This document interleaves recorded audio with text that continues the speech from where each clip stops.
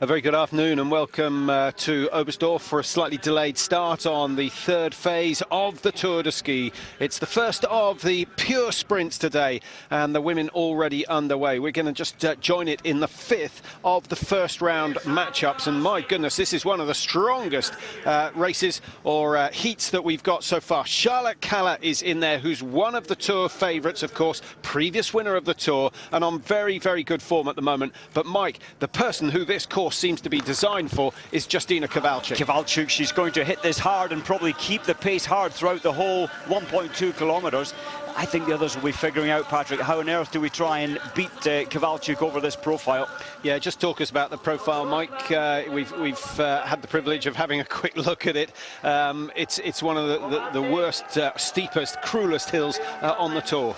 It is indeed. As we see the first flat bit, then we've got a huge climb from 825 metres rising up to almost 850 metres, and they're just about to start it now. That's the little rise over the bridge, and now we have two consecutive big climbs coming up. Some recovery after this first one, and some technical corners as well, Patrick, which I don't think will suit Kowalczyk that well. Well, I think she's going to gain enough on the uphills not to have to worry about taking the corners at full speed. It really is the sort of course that she dreams about. Her uphill capabilities are quite staggering. Charlotte Kalla looking very relaxed in second place in the white of the Swedish suit, and a first-timer on the Tour, kicking Randall.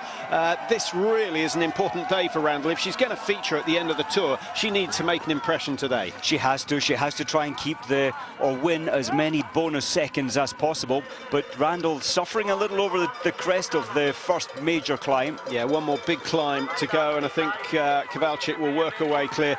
Charlotte Kalla just has to finish in second to qualify, and Michael, though, unlike most of the World Cup sprints, where the qualification, all that matters is getting into the top 30, today, of course, the time from the qualification goes towards your overall time for the Tour, and then the winner of today's race gets a 60-second bonus. So it's very important that you put in a good performance in the qualification. It is. It absolutely is. And that's why Charlotte Kalla there, she's holding on so closely. She'll lose a little more time on this uphill segment. She seems to be closing in on Kowalczyk on the downhill section.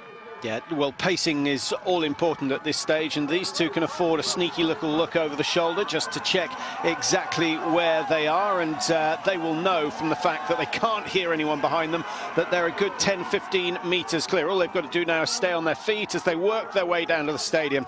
And while we're watching this first round heat, it's worth saying that the top 5 women from phase 3 last year, which was also a classic sprint, finished in the top 5 of the Tour altogether. In the women's event, it is far more important to do well in this sprint.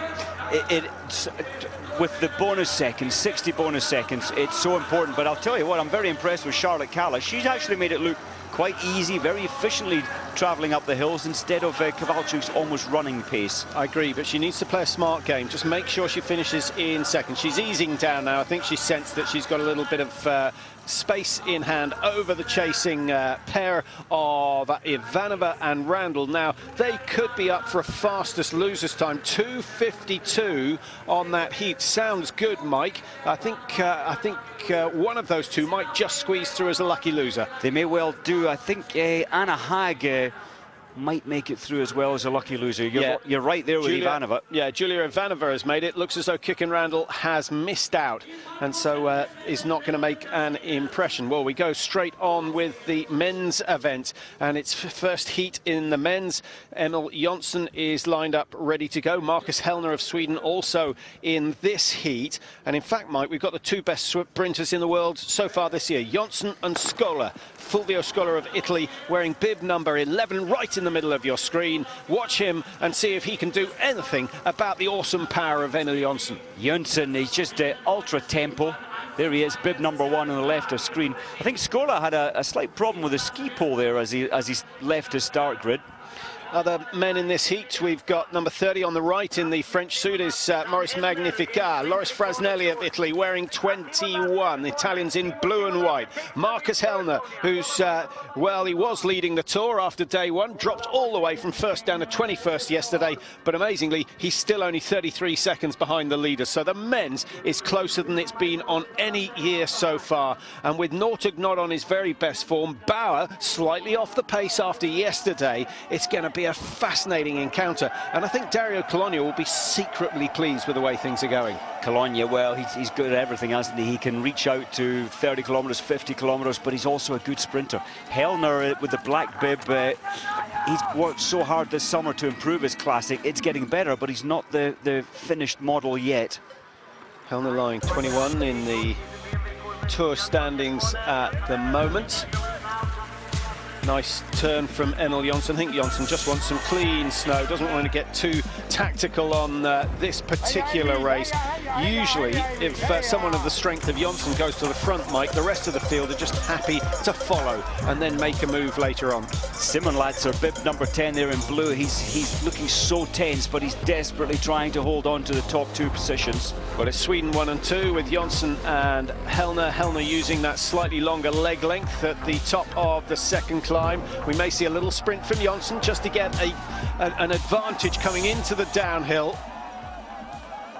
Is this too long for Jonsson? We've seen him do really well in Kuusamo, which has a similar sort of hill, but only one of them. Yeah, I think this will suit Jonsson. He's playing it very tactically clever here, I think, saving it, expecting to go through to the semi-final, then the final. So many sprints for them to do today. Number 11 is Fulvio Scola, who's no slouch when it comes to sprinting down the last 150 metres. I think he'll have his eye on Marcus Hellner, who's just in front, but coming up also on the outside, the Italian, Loris Frasnelli, with a really good burst, trying to get up into the top two. Remember, only the top two go through by right. Two lucky losers from the 5 heats. Jonsson's going to get this one. Photo finish certainly for Hellner and Simonslater, and Scola has to wait and see. Frasnelli in the end raced out of it. Great race by Frasnelli. But Maurice Magnificat never at the races. He wasn't in there at all, and no wonder with the incredible pace that Jonsson has set. What's the time? Because we'll keep an eye on that. The women fastest heat 2:52 over the same course. We're just waiting for confirmation of Emil Jonsson's time. Remember, he eased up at the end, just played it tactically. 2:32 unofficially, and so 20 seconds quicker over 0.2 kilometres. 2:32, that's pretty sharp. Classic style, of course. Freestyle, we'd be expecting a time of around 2:15 to 2:20. I think so. Over this terrain, your speed on the downhill sections with skating skis much faster. I don't know if you got a good look at that photo finish, Mike. Looks as though Hellner might just have been given it, and that means Simonslater has to wait and see. His time 2:33.1, and there you go. Marcus Hellner has got it, exactly the same time given as to Simonslater, but he was a toenail ahead. So Sweden delighted with that. They get 2 qualifiers from heat 1.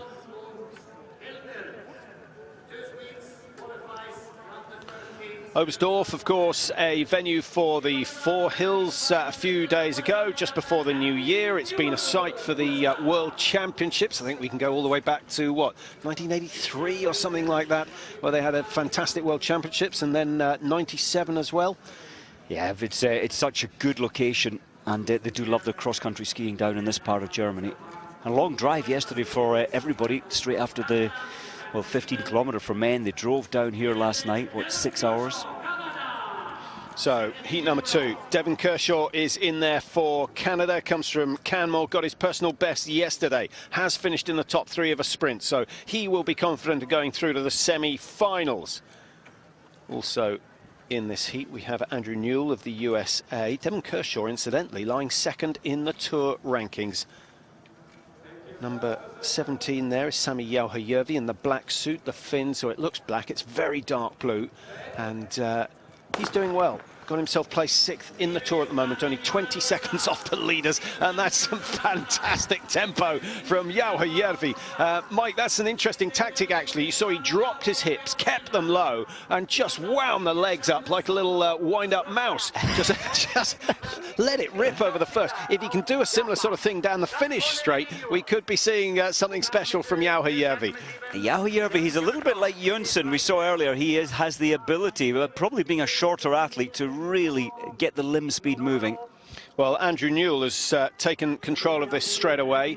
He's a man, Mike, who he's a very good sprinter, take nothing away from him, but he always does better in qualification than he tends to do in the race itself, in the finals. He qualified well in Davos and Dusseldorf, not bad in Kuusamo, where he qualified in 8th, but never really lived up to expectations after that. That is so true, and I think it's where you place yourself, how you enter the corners, and especially when the legs become most tired, which is the final, how you read the terrain and how you try to beat those around you. I don't know about you, but this looks a whole lot slower to me than the first heat. Andrew Newell skiing beautifully, but certainly he is not going at 100%. One more climb to go. I think the pace may pick up. We might be something from the 2 Russians. Dmitry Yarapov wearing 14. We've got Ilya Chernosov wearing 24. They will both be desperate to go through.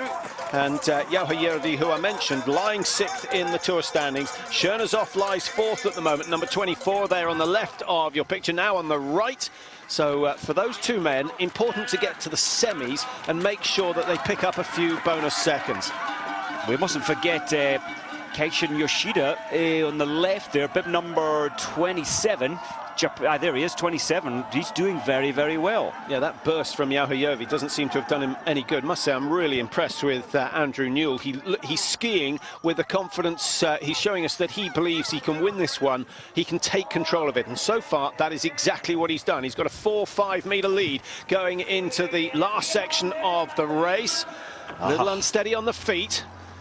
Now Newell steps it up, 2 skate steps around the corner. Those are permitted, certainly. And of course the Canadians coming strong. Devon Kershaw drawing up alongside Andrew Newell and going ahead. Good powerful finish from Kershaw, who's so well placed in the standings at the moment, lying 2nd in the Tour. If he qualifies for the semis, which he has done, photo finish between Newell and Yarapov, and Chernosov on 0.7, 2:32. The first heat was 2:32 as well. So in fact, Mike, although it looks slower, it was 0.8 of a second quicker. Do you know the strength there of Andrew Newell? Early on in that race, he was covering so much distance for every kickback on his skis, and that was impressive from Devon Kershaw to come through at the end. Yeah, Newell found wanting with sprint speed down the home straight. Timed it wrong. He wasn't expecting Yarapov to come through on his left side. He wasn't aware. Have a look at this. Who do you think's got it? Is it Newell in black? I think, yes. I think he's got a slightly longer leg than Yarapov, and Yarapov coming from a couple of feet behind. So Newell looking cool all the way through to the last couple of meters. Incredible. Devon Kershaw, he had the fastest time yesterday, Patrick, over the 15 kilometers, even though he finished 2nd in the ranking behind Cologne. Yeah, fantastic effort from Devon Kershaw. Would have been nice to see him win yesterday, but take nothing away from Dario Cologne, who ended up putting himself to the top of the Tour standings. Kershaw and Newell are through. Yarapov has to wait and see. His time, 2:32.2, which is considerably quicker than Timo Simonslatter of Estonia, who finished 3rd in the first heat. So at the moment, it's looking good for Yarapov, and actually, Chernosov might end up going through as well. But we've still got another 3 heats to go, and as the heats go on, the speed tends to pick up. Number 6, that's Alex Harvey, son, of course, of Pierre Harvey, and Alex with a PB in the World Cup in the same race, effectively, as is the one his father won, the Oslo 50, although last year, of course, or the year that Alex did well, it was moved across to Trondheim. That's interesting, and Alex Harvey was only 20-year-old when he came 3rd there in over a 50-kilometer distance. What about Østensen, Mike? 3rd in the Tour back in 2007. I feel good about Østensen today, especially in the classic, the sprint race. I'm not sure for a top 5 overall, though, on the Tour. And this man, Petter Northug? He's not quite back to where he was at his best last season, but he's always dangerous in a sprint lineup. Yeah, he's got his mind back. I think we saw some aggressive racing from him yesterday. The body just didn't respond over the last 500 metres. Will we ever see that devastating sprint again? We've never seen it before on any cross-country skier. So the fact, if it does turn out to be short-lived, I don't think too many people will be surprised. It's a great start from Peder Northug, middle of the screen. He's going to line up against bib number 5, which is his teammate Østesen. Also in this heat, we've got Alex Harvey, we've mentioned, wearing 6, just tucked in third position. Good start from Harvey. Cyril Miranda of France wearing 16 in the black and yellow. We've got Danny Rickardson of Sweden wearing 25. The Swedes, as you'll know, in white. And then Martin Jaks of the Czech Republic. He was the slowest of the qualifiers, so not expected to make it through. He's done exceptionally well. Those who don't get past the first round, Mike, will certainly have more energy for tomorrow's pursuit.